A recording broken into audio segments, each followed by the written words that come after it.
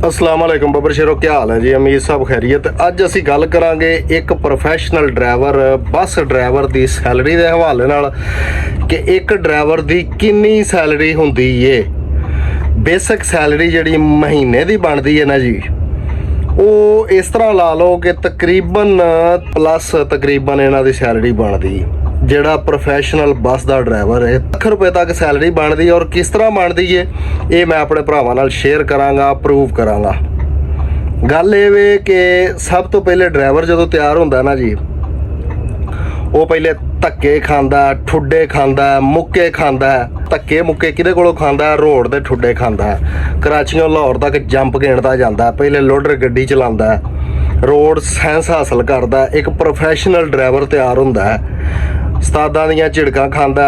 यानी कि वो अगर प्रोफैशनल तरीके नाल PSV लाइसेंस हासिल करके ते बस दे उत्ते जाना चाहता ना, तो उन्होंने बड़ियां सारियां चीज़ां जिहड़ियां ने ना वो वेखण नूं मिलदियां ने।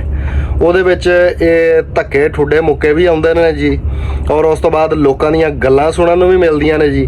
ਉਸ ਤੋਂ ਬਾਅਦ ਉਹ ਇੱਕ ਪ੍ਰੋਫੈਸ਼ਨਲ ਡਰਾਈਵਰ ਤਿਆਰ ਹੁੰਦਾ ਹੈ, ਯਾਨੀ ਕਿ ਟਰਾਲੇ ਟੈਂਕਰ ਵਗੈਰਾ ਦਾ ਲੋਡਰ ਗੱਡੀਆਂ ਦੇ ਉਹ ਡਰਾਈਵਰ ਤਿਆਰ ਹੁੰਦੇ ਨੇ। ਜਦੋਂ ਡਰਾਈਵਰ ਤਿਆਰ ਹੋ ਜਾਂਦਾ, ਕੋਈ 5-4 ਸਾਲ ਦਾ ਐਕਸਪੀਰੀਅੰਸ, 10 ਸਾਲ ਦਾ ਐਕਸਪੀਰੀਅੰਸ ਹਾਸਲ ਕਰ ਲੈਂਦਾ, ਉਸ ਤੋਂ ਬਾਅਦ ਫਿਰ ਉਹ ਅਪਲਾਈਆਂ ਕਰਦਾ ਬੱਸ ਵਾਲੇ ਪਾਸੇ। ਜਿਹੜਾ ਲਾਇਸੈਂਸ ਦਾ ਪ੍ਰੋਸੀਜਰ ਹੈ ਉਹ ਇੱਕ ਅਲੱਗ ਕਨਸੈਪਟ ਹੈ। ਪਹਿਲੇ ਉਹ LTV HTV PSV ਲਾਇਸੈਂਸ ਹਾਸਲ ਕਰਦਾ, ਔਰ ਇਹਦਾ ਅਰਸਾ ਤਕਰੀਬਨ 4 ਤੋਂ 5 ਸਾਲ ਦੇ ਰਾਊਂਡ ਅਬਾਊਟ ਅਰਸਾ ਹੁੰਦਾ, ਜਿਹੜਾ ਪਬਲਿਕ ਦਾ ਲੀਗਲ ਤਰੀਕੇ ਨਾਲ ਹਾਸਲ ਕੀਤਾ ਹੋਇਆ ਲਾਇਸੈਂਸ ਹੈ। ਉਮਰ ਬਾਸ਼ਰਤੇ ਤੁਹਾਡੀ 28 ਸਾਲ ਤਕਰੀਬਨ। PSV ਵਾਸਤੇ 30 ਤੋਂ 32 ਸਾਲ ਏਜ ਹੋਣੀ ਜ਼ਰੂਰੀ ਹੈ ਹਕੂਮਤ ਕਵਾਨੀਨ ਦੇ ਮੁਤਾਬਕ।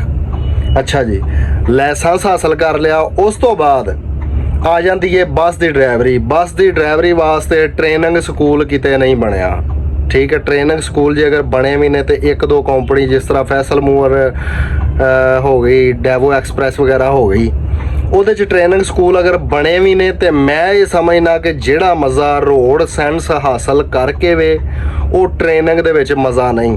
हाँ, अगर कोई पॉलिश करता है, पॉलिश का मतलब कि एक प्रोफैशनल ड्राइवर है, उन्होंने अगर कोई तैयार करता मजीद प्रोफैशनल बनाता है, अगर कोई यूरो डैवो वगैरह गड्डी चलाता रहा तो उन्होंने यानी कि हैल्प करता है, नोवा गड्डी यू टांग की ट्राई देंदा, तो वो समझ लो कि पॉलिश करना होंदा, ठीक है। वो एक ड्राइवर नूं प्रोफैशनल बनाने वास्ते ट्रेनिंग स्कूल कामयाब है। गल मेरी कड़वी हुई तो माजरत। गल ये वे जिहड़ा रोड साइंस हासिल करके स्टैप टू स्टैप अगे गया ना जी, मेरी नज़र च वो बेस्ट है। खैर, ये वीडियो के तलक तो बाहर की गल है। आपां गल कर रहे हैं ड्राइवर की बेसिक सैलरी की। ड्राइवर की बेसिक सैलरी सिर्फ 1-2 कंपनियां च, जिन्होंने कंपनियां आप कह सकते हैं, फर्मा कह सकते हैं, ठीक है। डैवो वगैरह हो गई, फैसल मोर हो गई, ਉਹਦੇ 'ਚ सैलरी फिक्स होंदी है। अदरवाइज जिन्नियां भी कंपनियां ने इन्हां दे विच हुंदा ट्रिप सिस्टम, ठीक है। ट्रिप मतलब चक्कर ला के गड्डी आई है, ट्रिप लगा के आई है, वापस आई है, तो उन्होंने अपने तयशुदा जिहड़े पैसे ने वो लै ले ने। दूसरी गल ये भी डिपेंड करता है तुहाडे सफ़र के लिहाज नाल, सफ़र के उत्ते डिपेंड करता है कि तुहाडा किन्ना सफ़र सी और उहदे विच तुहानूं किन्ना ट्रिप तय किया गया है। फॉर एग्जाम्पल जिस तरह हुण साडा रूट है लाहौर तो सादकाबाद का, या सादकाबाद तो लाहौर का, ਇਹਦਾ ਹੁਣ ਟ੍ਰਿਪ 5000 ਤੋਂ ਸ਼ੁਰੂ ਹੋ ਕੇ 7000 ਦੇ ਰਾਉਂਡ ਅਬਾਊਟ ਬਣਦਾ। ਉਹ ਕਿਸ ਤਰ੍ਹਾਂ ਬਣਦਾ ਇਹ ਡਿਪੈਂਡ ਕਰਦਾ ਕੰਪਨੀ ਦੇ ਉੱਤੇ। ਸਾਡਾ ਹੁਣ ਜਿਸ ਤਰ੍ਹਾਂ ਸਾਡੀ ਕੰਪਨੀ ਲਾ ਲਓ ਫਾਰ ਐਗਜ਼ਾਮਪਲ, ਸਾਡਾ ਹੁਣ ਟ੍ਰਿਪ ਹੈ ਜੀ 6500 ਰੁਪਈਆ, 6500 ਰੁਪਈਆ ਸਾਡਾ ਟ੍ਰਿਪ ਹੈ।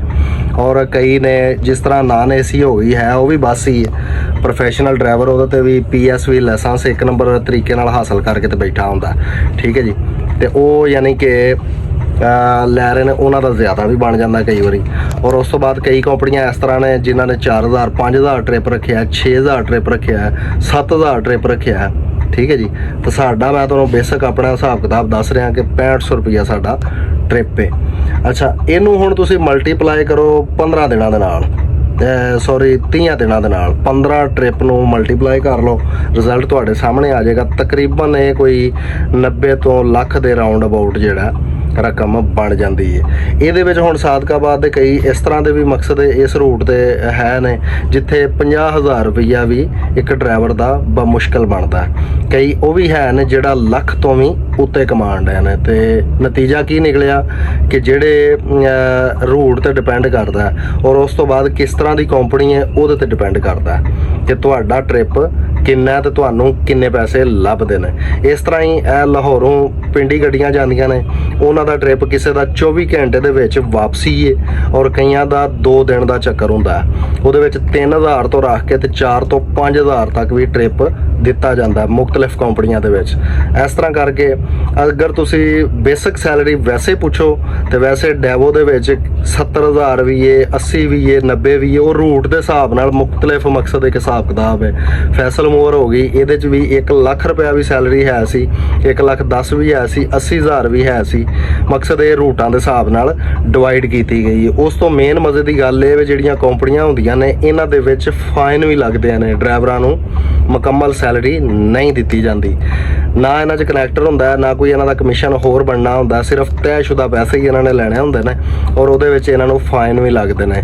ਕਦੀ ਕੈਪ ਦਾ ਫਾਈਨ ਲੱਗ ਗਿਆ, ਕਦੀ ਟਾਈ ਦਾ ਫਾਈਨ ਲੱਗ ਗਿਆ, ਕਦੀ ਮਕਸਦ ਹੈ ਕਿ ਆਪਣੀ ਕੰਪਨੀ ਦੇ ਅਸੂਲੋ ਜ਼ਵਾਬਤ ਜਿਹੜੇ ਨੇ ਉਹਨਾਂ ਨੂੰ ਪੂਰਾ ਲਵਾਜ਼ਮਾਤ ਨਾ ਕਰਦਿਆਂ ਹੋਇਆ ਫਾਈਨ ਵੀ ਲੱਗਦੇ ਨੇ। ਕੋਈ 10,000 ਕਟੌਤੀ ਹੋ ਗਈ, 20,000 ਹੋ ਗਈ, ਲੇਕਿਨ ਅਲਹਮਦੁਲਿਲਾ ਸਾਡਾ ਇਸ ਤਰ੍ਹਾਂ ਦਾ ਕੋਈ ਸੀਨ ਨਹੀਂ ਹੈਗਾ। ਸਾਨੂੰ ਵੀ ਅਗਰ ਲੱਗਦੇ ਨੇ ਤਾਂ ਜ਼ਿਆਦਾ ਗਲਤੀ ਦੀ ਵਜ੍ਹਾ ਤੋਂ ਲੱਗਦੇ ਨੇ। ਮੈਂ ਇਹ ਮਸ਼ਵਰਾ ਦਿਆਂਗਾ ਕਿ ਜਿਹੜੇ ਭਰਾ ਆਉਣਾ ਚਾਹੁੰਦੇ ਨੇ ਇਸ ਫੀਲਡ ਦੇ ਵਿੱਚ, ਸਭ ਤੋਂ ਪਹਿਲੇ ਓਰੀਜਨਲ 1 ਨੰਬਰ ਲਾਇਸੈਂਸ ਹਾਸਲ ਕਰੋ। ਸ਼ਾਰਟਕਟ ਨਹੀਂ ਲੈਣਾ ਕਦੀ ਵੀ ਜ਼ਿੰਦਗੀ 'ਚ ਕਿਸੇ ਮੌਕੇ ਤੇ ਵੀ, ਕਿਉਂਕਿ 2026 ਜਾ ਰਿਹਾ, ਤੁਹਾਡੇ ਤੱਕ ਵੀਡੀਓ ਇਹ 2026 ਤੁਸੀਂ ਵੇਖ ਰਹੇ ਹੋ।